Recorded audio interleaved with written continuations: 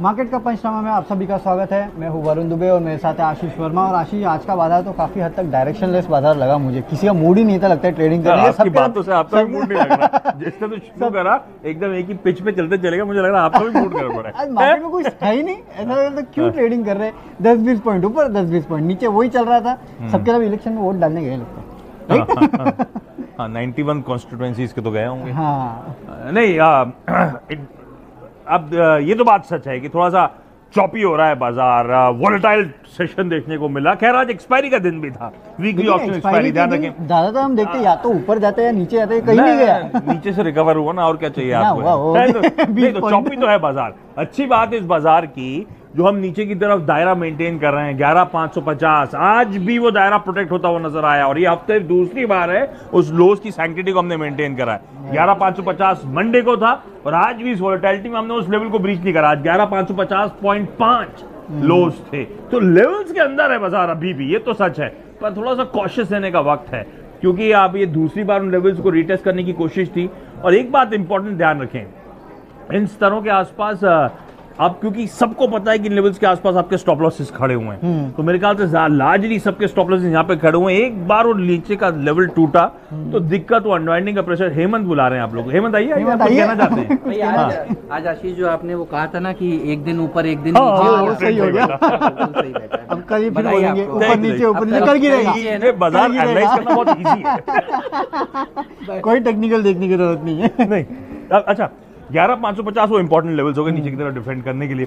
अब मैंने लगातार मेंटेन करा था 11,550, जो कि मंडे की लोस थे। 11,535 जोड़ लीजिए जो 20 डीएमए है, और 11,500 जो हम मेंटेन कर रहे हैं। इस सीरीज का सबसे तगड़ा पुट बिल्डअप जो देखने को मिल रहा है, तो नीचे की तरफ ये लेवल्स बहुत इंपॉर्टेंट है। और इस समय तो मेरे लिए 11,550 डिफेंड होना बहुत इंपॉर्टेंट है, इसलिए थोड़ा कॉशियस रह के ट्रेड करने की जरूरत है।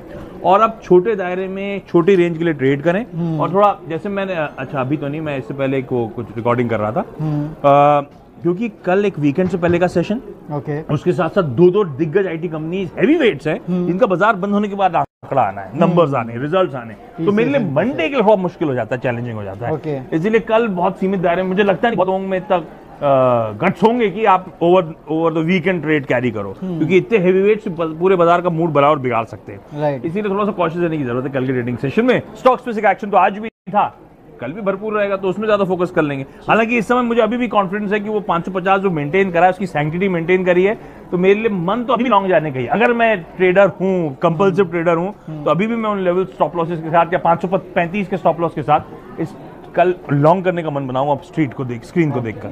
चलिए ठीक है, अब सवाल जवाब का सिलसिला शुरू करते हैं। अशोक लेलैंड पे पूछे हैं नीलेश पिंपाले, 87 पे लेके बैठे हैं। अब ये स्टॉक रोज चले जा रहा है। कितने पे बैठे हैं? 87, अभी 95 के आसपास है मेरे ख्याल से। 90s में 87 पे लेके बैठे हैं। बिल्कुल सही, बिल्कुल अच्छा करा सर आपने। क्योंकि इशू क्या है, हम लोग ने लगातार मेंटेन करा था, प्राइस वाइज करेक्शन पूरा हो चुका है, टाइम वाइज करेक्शन चल रहा है, और वो भी देखिए पूरा हो रहा है। अब इस कमजोर बाजार में भी ऑटो इंडेक्स जो था टॉप परफॉर्मर्स में था, लो लेवल से क्या रिकवरी देखने को मिली। कोई भी स्टॉक उठा लीजिए ऑटो इंडस्ट्री का, इंक्लूडिंग आपका अशोक लेलैंड, क्या स्ट्रॉन्ग मोमेंटम उस स्टॉक में आता हुआ।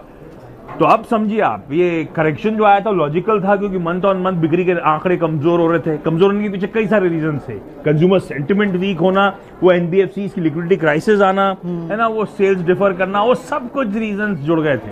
अब धीरे धीरे हालात सुधरने की कगार पे खड़े हुए हैं, और एटलीस्ट स्ट्रीट मान के चल रही है। हम लगातार मेंटेन कर रहे हैं कि अगले क्वार्टर ऑनवर्ड शायद हालात सुधरते हुए नजर आएंगे। और अब धीरे धीरे उसी से पहले वो प्रीएम्प्ट होता है, बाजार हमेशा फ्यूचर को डिस्काउंट करता है। जब फ्यूचर को लेकर क्लैरिटी आनी शुरू हो गई, अब आप देख रहे हैं स्टॉक्स में कन्विक्शन बढ़ रहा है। तो एक मारुति है जो 6100 के लेवल से चलना शुरू हुआ, तो आज 7,500 पे खड़ा हुआ है। अशोक लेलैंड लो लेवल से रिकवर हो रहा है, या कोई भी ऑटो स्टॉक उठा लीजिए, बजाज ऑटो, हीरो मोटोकॉर्प, सब लो लेवल से रिकवर करने की कोशिश कर रहे हैं। बने रहिए सर इस स्टॉक में, कोई इशू नहीं। और रिजल्ट जब आएंगे इस बार, तो मैं पढ़ रहा था कहीं पे कि अशोक लेलैंड के एक्चुअली स्ट्रॉन्ग नंबर्स आने, Q on Q, year on year numbers भी अच्छा आएंगे।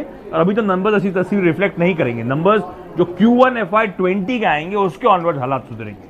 चलिए ठीक है, लॉन्ग टर्म के लिए रखे रहिए। और एक सवाल ऐसे ही लॉन्ग टर्म का, रवि मिश्रा का RVNL पे आज की जो लिस्टिंग हुई, रेल भी कहा मैंने, वही कंफ्यूज हो गया थोड़ा। नहीं, वो ऐसे ही होता है, दिन खराब होता है तो लिस्टिंग भी अच्छी नहीं होती। लिस्टिंग ठीक ठाक हुई, लेकिन इसकी नहीं, दिन खराब, ऐसा कोई दिन खराब नहीं होता। बार बार दिन खराब, फ्लैट मार्केट में लालची हो गए।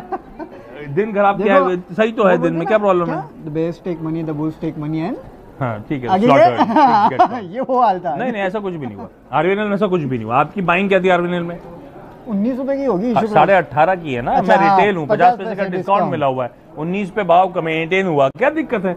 और आरवीएनएल तो हमने पहले ही कहा था कि ठंडी लिस्टिंग होगी, 2.25 गुना सब्सक्राइब हुआ था, रिस्पांस कहां था, सिर्फ रिटेल नहीं माल भर रहा था, 2.5 गुना रिटेल सब्सक्राइब हुआ था, बाकी ना एचएनआई ना क्यूआईबी की तरफ से पैसा आया था।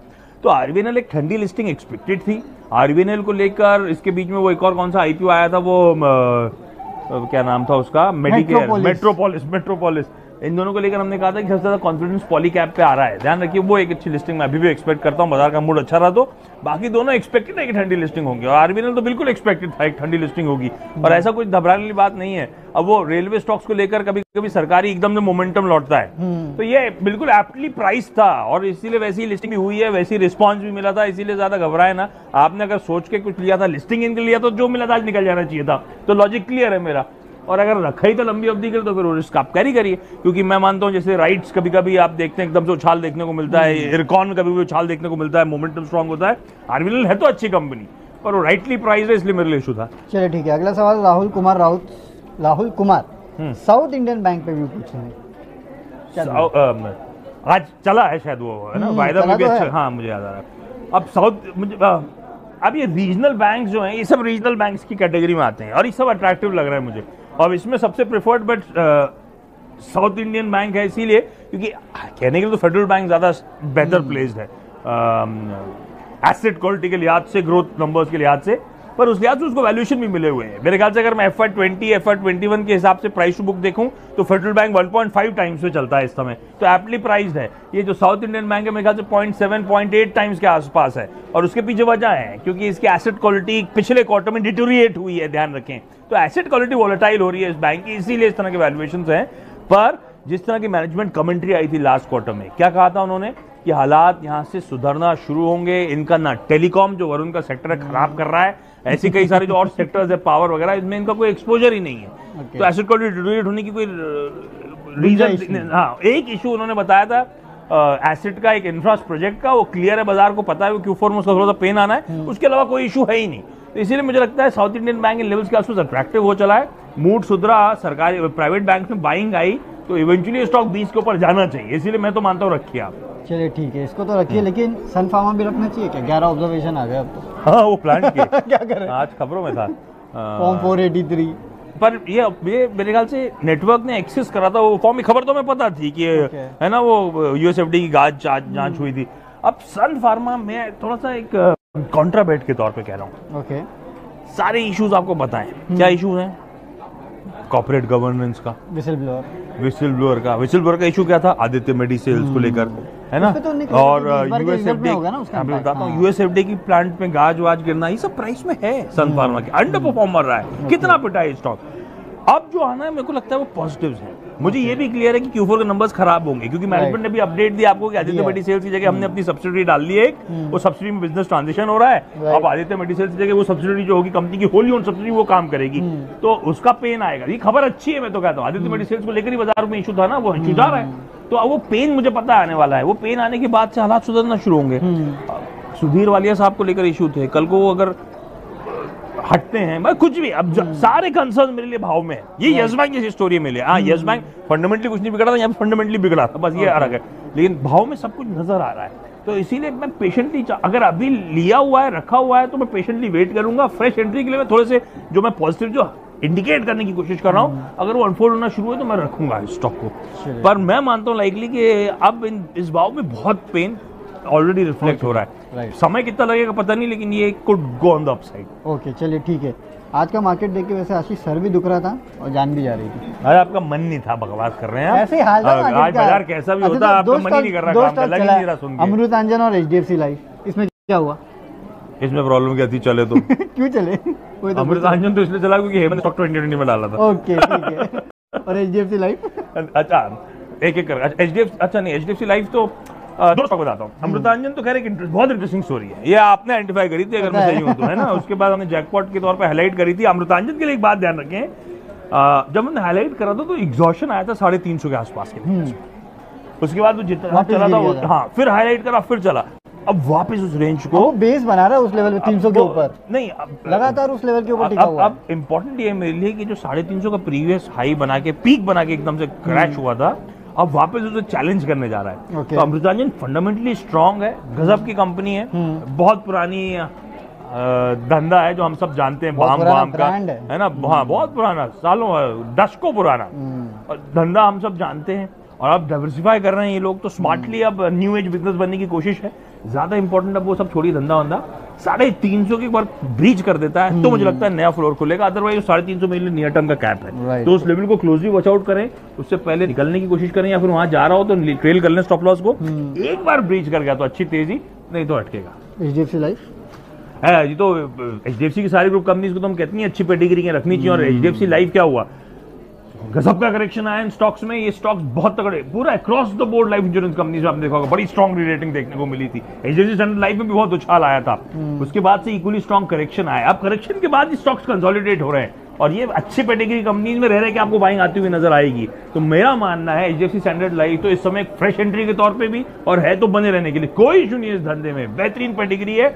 और मैं कई बार इस प्लेटफॉर्म पे कभी भी कहा है, तो मैंने कहा है एचडीएफसी बैंक, एचडीएफसी लिमिटेड और एचडीएफसी स्टैंडर्ड लाइफ में अगले 10 साल में वैल्यू क्रिएशन से तगड़ा कहां हो सकता है, लाइकली है कि स्टैंडर्ड लाइफ में हो सकता है। वो दोनों ने बहुत करके दिया और अब इसकी बारी है शायद, क्योंकि जिस तरह का इंश्योरेंस का बाजार है, जिस तरह की पेडिग्री है और जिस तरह से धंधा इवॉल्व हो रहा है, मुझे लगता है स्वीट स्पॉट में ये करेक्शन जो आते हैं ऐसी पेडिग्री कंपनीज में, ये एंट्री पॉइंट्स के मौके देते हैं सर, इसलिए घुसने के मौके ढूंढने, और है तो बिल्कुल बने रहे, कोई मतलब नहीं। एक और सवाल लेता हूँ नितिन राठौड़ का। हाँ, ये पूछे कि Ujjivan will fly tomorrow question mark. अब आज वो खबर आई, वो आज तो हो गया, वो ये तो जो खबर की वजह से चला आज वो अर्ली मॉर्निंग रिपोर्ट कर दी थी और सुबह से ही मोमेंटम में था वो राइट। तो अब अगर उस न्यूज के डेवलपमेंट पे कि एचडीएफसी बैंक से कोई निकल कर इधर आके इधर का कमान संभालेगा, वो ऑलरेडी प्राइस में फैक्टर्ड इन है। अब ये बात अलग है, आपके पास क्वेश्चन मार्क करके आपने स्पेशली सवाल उठाया, तो हो सकता है आज अनाउंसमेंट आ रहा हो, आपको पता हो, मुझे नहीं पता। आज शाम को अनाउंसमेंट आ जाए तो इस सिर्फ चैनल रिपोर्ट कर रहा था, कल सारे चैनल रिपोर्ट कर रहे होंगे, पेपर्स में आ रहा होगा, तो हो सकता है कल एक फिर से तेजी देखने को मिले।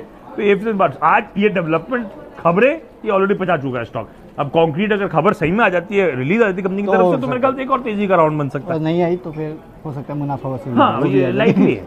अब एक आखिरी सवाल संतोष ये टोटे आखिरी का करके लेता हूं। आपने तीसरा नहीं, कर लिया ये है। क्यों मालूम है क्या, ये काफी बार पूछ चुके हैं बंधन बैंक पे, कंटिन्यू सवाल पूछ रहे हैं कि 100 शेयर है 580 पे क्या करूंगा। क्या भाव है इस समय? मुझे तो भाव याद नहीं है। हाँ, तो ये गड़बड़ हो गया। मैं जेनरिक बता देता हूँ, बंधन बैंक का भाव के साथ कल इसी प्लेटफॉर्म पे बताऊंगा आपको। जेनरिक ये कि बंधन बैंक थोड़ा सा वो ट्रांजिशन फेज से गुजर रहा है। अब वो ग्रुप फाइनेंस का एक्विजिशन होना, उसे डाइजेस्ट करना, आगे और stake ऊपर बिकने से वाला है। मेरे लिए एक और इशू है कि इस इशू क्या हुआ था, जो प्रमोटर्स की होल्डिंग बहुत तगड़ी है, Right. वो रिडक्शन की बात, रिडक्शन का एक फेज उन्होंने ग्रुप फाइनेंस के जरिए करा है, लेकिन अभी भी स्टेक रिड्यूस करना 540 पे है ना, अभी और इनकी बाइंग क्या है 580 नुकसान पे। ठीक है, पर कोई घबराने वाली बात नहीं है। मेरे लिए इशू ये है, एक बड़ा ओवरहैंग खत्म हुआ है कि प्रमोटर्स ने वाकई आरबीआई की लाइंस को मानते हुए रिडक्शन करने के लिए ग्रुप फाइनेंस का विलय करा। अब वो प्रक्रिया चल रही है, तो उसका थोड़ा सा पेन है, इसलिए स्टॉक बहुत आउट परफॉर्म करेगा नहीं। दूसरा, जब ये सब डाइजेस्ट हो जाएगा, जब स्टॉक चलना शुरू होगा, तो दूसरा ओवरहैंग बनेगा, क्योंकि प्रमोटर्स का अभी भी थ्रेशोल्ड लिमिट से ज्यादा स्टेक है, Right. उसे अभी भी रिड्यूस करने की जरूरत है, ये तो तो वो ओवरहैंग बना रहेगा। लेकिन बहुत अच्छी पेडिग्री, बहुत अच्छा बैंक, धंधा अच्छा। और हाँ धंधा बहुत स्मार्टली जो चलाते हैं गजब के हैं। और ग्रुप फाइनेंस का मर्जर भी मुझे लगता है पॉजिटिव है। एक बैंक और एक एनबीएफसी का साथ आना तो आजकल सब मानते हैं कि हाँ, तो बहुत वेल मैनेज बैंक है। चौकसी साहब ग्रुप फाइनेंस को बहुत स्मार्टली चलाते हैं, अभी भी उसी उनकी रेंज उसकी इन्हीं के हाथ में, मुझे लगता है इवॉल्व होगा धंधा धीरे धीरे करते हुए। पर आपका भाव आने में कितना समय लगेगा कहना मुश्किल हो गया है सर। 40 रुपए का डिफरेंस है, नहीं ज़्यादा तो नहीं। अब ये चलेगा क्यों? Stop loss ये रखना अभी चाहिए ट्रांजिशन फेज में कह रहा हूँ हाँ, ये मैं, है। ऊपर से एक ओवरहैंग अभी तो इसीलिए मेरे पास इस समय बेहतर विकल्प है। Okay. इसीलिए मैं इसमें असमंजस में 40 रुपए मुनाफा बांध लूं, ये सॉरी घाटा लेके लेके कहीं निकल और इन्वेस्ट करूं, या फिर बना रहा हूं, क्योंकि मैं मानता हूं कि इस बंधन बैंक से ज्यादा अच्छा आउट परफॉर्म कई सारे वो रीजनल बैंक जिनकी हम लोग चर्चा करते हैं ना, वो शायद आउट परफॉर्म करते हुए नजर कर्नाटका, South आए। Indian मे भी कर्नाटका, मे भी साउथ, मे भी ज्यादा अच्छा सेफ रखना तो फेडरल बैंक कर Federal Bank में डाल लीजिए, दीजिए। तो ज्यादा बेहतर बेट हो सकती है। तो ये सब ज्यादा आउट परफॉर्म कर सकते हैं सर, ये इशू है। तो ये कॉल आपको लेना पड़ेगा कि ये 40 रुपए का, या ये जब भी नैरो डाउन होता है तो वो घाटा बुक करके किसी और में जाऊं, क्योंकि इसमें थोड़े ओवरहैंग्स लॉजिकली तो रहने चाहिए। डेफिनेटली। चलिए, तो इसमें ओवरहैंग रहेगा तो आप दूसरे स्टॉक, दूसरे बैंक्स वैसे और ले सकता हूँ। नहीं, पक्का, तुम्हें आपकी मर्जी है। चलिए ठीक है, अब यहाँ सवाल जवाब का सिलसिला बंद करते हैं, क्योंकि आशीष कह रहे हैं बंद करने के लिए। आपके साथ मैंने कुछ नहीं कहा था बंद करने के लिए, 3 बार आखिरी करके आपने कंटिन्यू कराया। क्वेश्चन ही इतने क्या करें। चलिए, कल आपके साथ फिर जुड़ेंगे इसी प्लेटफॉर्म पे आपके सवालों का जवाब देने के लिए। तब तक के लिए बाय बाय। सेफ।